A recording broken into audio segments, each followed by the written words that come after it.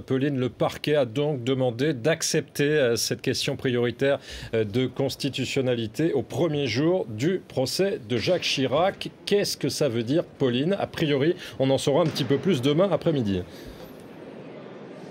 Voilà, ça veut dire que la décision sera rendue demain à 13h30 à la reprise des audiences par le président du tribunal correctionnel Dominique Poët. Mais ce que l'on peut souligner effectivement, c'est que le procureur de Paris, Jean-Claude Marin, a plaidé sur cette question technique, une question incontestablement nouvelle, dit-il, et il est donc indéniable que la question posée est sérieuse. Et l'argumentaire est assez malin parce que le procureur de Paris soutient donc entre les lignes cette demande de question prioritaire de constitutionnalité, au moins sur les arguments de droit, mais il ne se prononce pas sur le fond. Et sans surprise, ensuite, à leur tour, les avocats de Jacques Chirac et les avocats de tous les autres prévenus se sont engouffrés évidemment dans cette question prioritaire de constitutionnalité et se sont associés à cette demande. Alors techniquement, cela veut dire que le tribunal doit trancher, que tout est désormais entre les mains de Dominique Poët, ce magistrat de 52 ans qui préside cette chambre correctionnelle, et que la décision, de manière pratique, sera rendue demain après-midi. Nous saurons si le tribunal continue avec un calendrier normal et qu'il rejette cette question.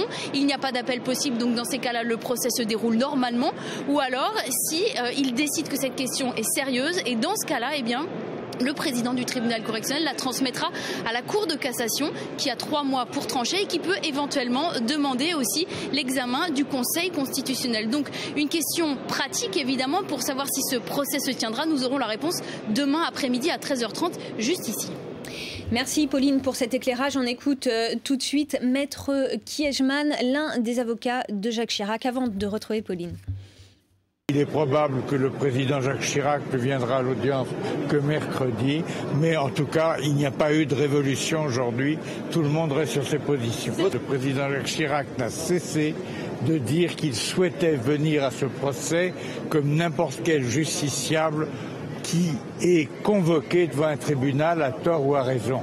Mais il est évident que son souhait, c'est d'expliquer, parce que c'est sa conviction, qu'il n'a commis aucun délit pénal. Je n'ai ni à être satisfait ni pas être satisfait. Il est évident que chaque fois qu'un point de doigt triomphe, je suis content, mais je crois que le président Chirac lui-même souhaite qu'on en finisse.